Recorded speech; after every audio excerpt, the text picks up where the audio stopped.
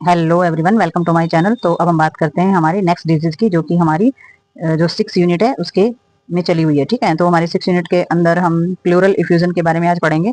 तो pleural effusion क्या होता है? प्लूरल इफ्यूजन इन्होंने बताया है, pleural effusion occur when too much fluid collect in the pleural space. तो इन्होंने बताया है कि प्लूरल इफ्यूजन हम उसे बोलते हैं जिसमें बहुत सारा फ्लूइड जो है वो प्लूरा स्पेस के अंदर इकट्ठा हो जाता है। तो प्लूरा स्पेस हमारा लंग्स में पाए जाने वाला एक स्पेस होता है और इफ्यूजन होता है हमारा बहाव।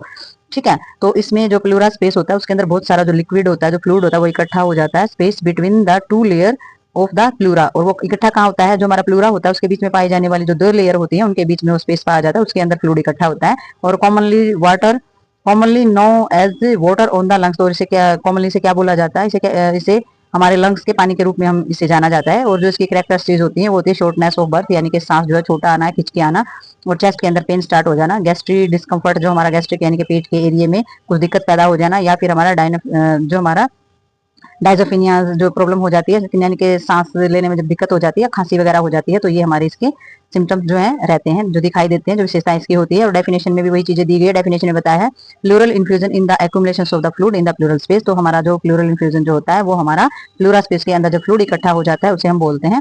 और इट में ये हमारा ट्रांसयूडेट होता है और हमारा एक्सडूडेट होता है। तो ये हमारा होता है, मतलब कि एक तो सिरोस यानी कि जो तरल होता है और उसका जो बहाव के रूप में होता है, ये हमारा जाना जाता है। तो ये हमारे 2 टाइप्स का जो होता है फ्यूजन, ये देखेंगे हम। इसमें 2 टाइप्स हमारी हैं। तो 2 टाइप्स के अंदर कौन कौन सी हैं? 2 टाइप्स में एक तो हमारी दी गई है इसमें ट्रांसुडेटिव दी गई है। ट्रांसुडेटिव में जो कारण रहता है उसमें जो हमारा फ्लूइड जो है वो लीकेज होता है प्लूरल स्पेस से। और ये हमारा इसका जो कॉमन जो रीजन रहता है वो रहता है हमारा CHF हमारा हो जाता है कंजक्टिव हार्ट फेलियर। ठीक है, तो कंजस्टिव हार्ट फेलियर जो होता है वो मेन रीजन रहता है हमारा इस फ्लूइड के लीकेज होने का। और हमारा एक्सुडेटिव जो हमारी टाइप होती है उसके अंदर हमारा कोज रहता है ब्लड वेसल्स का ब्लॉकेज होना, lymph वेसल्स का ब्लॉकेज होना, या इन्फ्लेमेशन हो जाना, या लंग्स के अंदर किसी प्रकार की चोट लग जाना, ट्रोमा जो ट्यूमर्स वगैरह हो जाना, कैंसर वगैरह हो जाना। तो ये हमारा रीजन रहता है एक्सुडेटिव जो हमारा, यानी कि पानी भरने की, जो फ्लूइड भरने की, जो लंग्स के अंदर जो चीजें होती हैं वो। तो आप इसमें थोड़ा सा डायग्राम में भी देख सकते हैं। ये जो हमारा लंग्स है ये हमारा ग्रे कलर का दिखाई दे रहा है, अंदर जो ब्रोंकाइल्स हैं वो हमारी डार्क ब्लैक है। ठीक है, तो ये हमारा क्लियर लंग्स का पार्ट है। और इस तरफ अगर हम देखेंगे तो इसमें हमारा ये जो डार्क ब्लैक स्पेस है ये हमारा प्लूरल इन्फ्यूजन है। ठीक है, तो यहाँ पर जो है फ्लूइड भरा हुआ है इस स्पेस के अंदर, और ये हमारा जो लंग्स है ये हमारा बिल्कुल नॉर्मल है। ठीक है, तो ये हमारा जो है इसमें जो इन्फ्लेमेशन है या कुछ भी हो जाती है वो हमारा वाटर जो कलेक्ट हो रहा है वो यहाँ पर हो रखा है।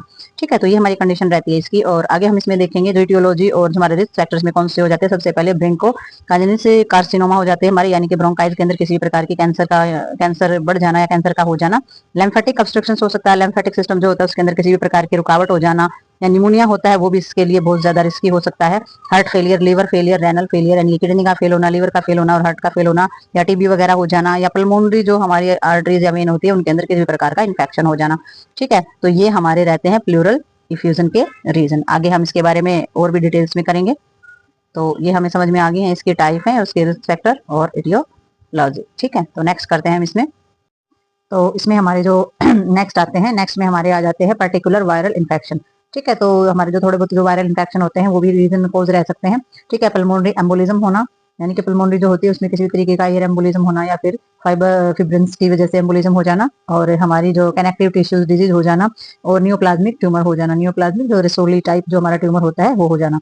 ठीक है, तो नेक्स्ट इसमें दिया गया क्लिनिकल मैनिफेस्टेशन। क्लिनिकल मैनिफेस्टेशन में इन्होंने दिया chest pain, usually the sharp pain that the worse with the cough और डीप ब्रेथ। तो इन्होंने बताया है कि हमारी जो चेस्ट होती है उसके अंदर बहुत ज्यादा तीखी तरीके का जो पेन होता है, शार्प पेन जो होता है, तीखी तरीके का पेन हो जाता है, खांसी आ जाती है, और डीप ब्रीदिंग जो होती है वो क्लिनिकल मैनिफेस्टेशन के अंदर आपने देखना है। आपने देखना है फीवर, आपने निमोनिया की कंडीशन देखनी है, आपने खांसी वगैरह कैसे आ रही है, ठंड कैसे लगी हुई है, सांस लेने में कितनी दिक्कत है, डायजोपिनिया, अदर साइन और सिम्टम, अंडरलाइनिंग कॉज, और दूसरे भी साइन और सिम्टम पे ध्यान देना है जो कि रीजन बन सकते हैं हमारे किस चीज का, प्लूरल इफ्यूजन का।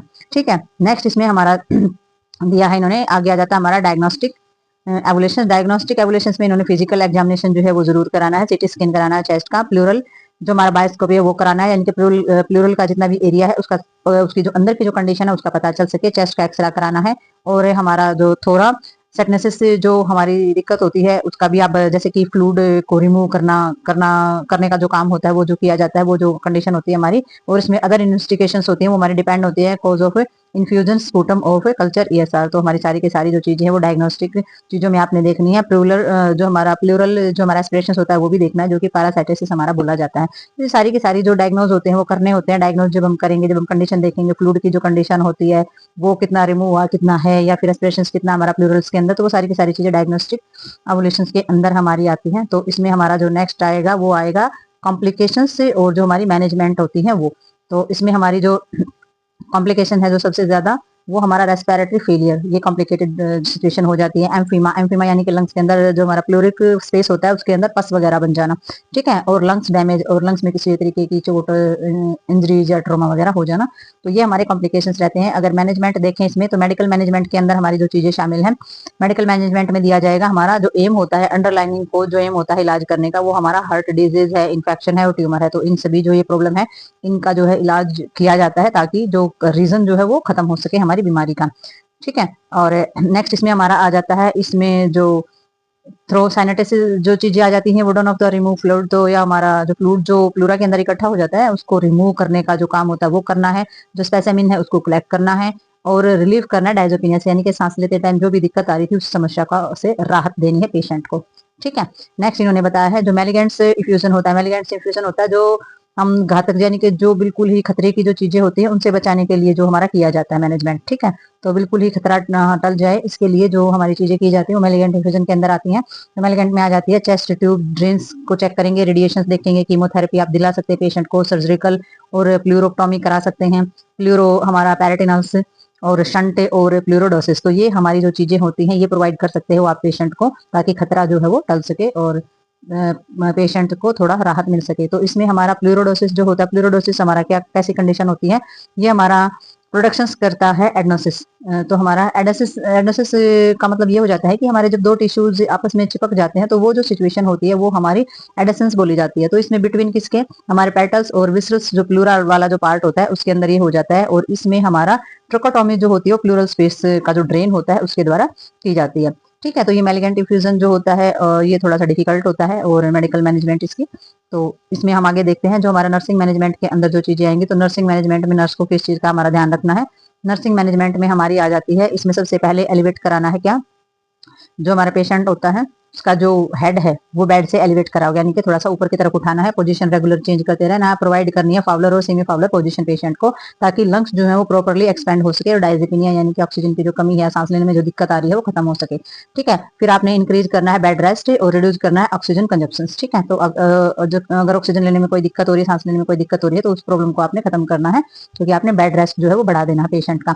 आपने मेंटेन करनी है कंफर्ट पोजीशन, प्रोवाइड करनी है फॉलोवर जो हमारे फाउलर और सेमी फाउलर जो पोजीशन होती है वो पेशेंट को अगर आप देते हैं तो आप प्रमोट करते हैं मैक्सिमम इंस्पिरेशंस और इंक्रीज लंग्स एक्सप्रेशंस। तो इसमें अगर आप इस तरीके की पोजीशन आप देते हैं तो पेशेंट के अंदर लंग्स के अंदर जो है वो एक्सपैंड होने की और ऑक्सीजन को लेने की अच्छी तरीके से वो सारी की सारी क्षमताएं जो है बढ़ जाती हैं, ठीक है। फिर आप जो है इंक्रीज करेंगे consuming of the nutrition diet of the provide enough energy. तो हमारी एनर्जी लेने के लिए जितनी भी हमें न्यूट्रिशन की जरूरत होती है, ठीक है, कंज्यूम करने की, तो वो आप देखेंगे, वो इंक्रीज कराना है आपने, अच्छे से अच्छा न्यूट्रिशन देना है ताकि पेशेंट को एनर्जी के लिए जितना जरूरी होता है उतना, ठीक है। फिर आपने एडमिनिस्ट्रेशन कराना है एंटी माइक्रोबल्स एजेंट अगर प्रिस्क्राइब किए गए हैं, तो यानी कि अगर डॉक्टर ने बताया है तो आप उसको सारे के सारे एंटी माइक्रोबल एजेंट जो है वो ड्रग्स आप पेशेंट को देंगे, ठीक है। ये तो हमारी नर्सिंग मैनेजमेंट थी कि नर्स को क्या क्या प्रोवाइड कराना है पेशेंट के लिए। अब हमारे नर्सिंग डायग्नोज आ जाते हैं कि नर्स ने क्या क्या चेकअप करना है, क्या क्या असेसमेंट करना है, बाद में ओवुलेशन लेते हैं या फिर डायग्नोज देखेंगे क्या क्या रीजन फिर रहते हैं, तो उसमें क्या क्या देखेंगे, इन इफेक्टिव ब्रीदिंग पैटर्न देखेंगे, ठीक है। जो हमारा क्या है collection of fluid and the pleural space, तो प्लूरल स्पेस में पाए जाने वाला जो हमारा फ्लूइड का जो कलेक्शन है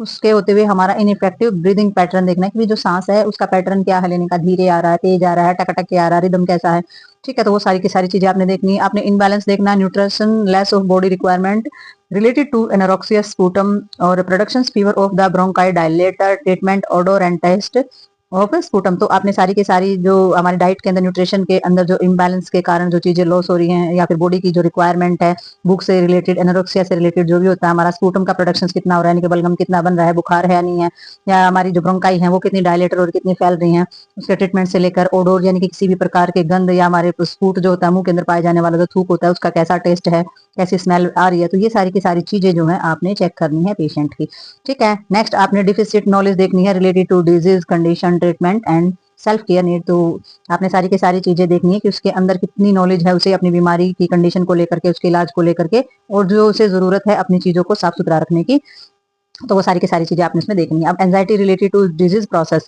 तो आपने क्या करना है, आपने एंजाइटी रिलेटेड जितना डिजीज प्रोसेस को लेकर जितनी भी एंजाइटी, जितनी भी चिंता उसे, जितनी भी प्रॉब्लम उसे है, वो सारी की सारी आप सोल्व करोगे, चाहे वो मेंटली है चाहे वो फिजिकली है। तो उसके सारे सवालों का जवाब देना है और उसे सेटिस्फाई करना है कि बीमारी जो है ऐसी है और इस तरीके से इसका ट्रीटमेंट होगा और इतने टाइम में जाकर के क्योर हो सकती है। तो ये सारी की सारी चीजें जो है नर्सिंग डायग्नोसिस के अंदर आपकी आती हैं और आपको करना होता है पेशेंट को थोड़ा सा एजुकेट।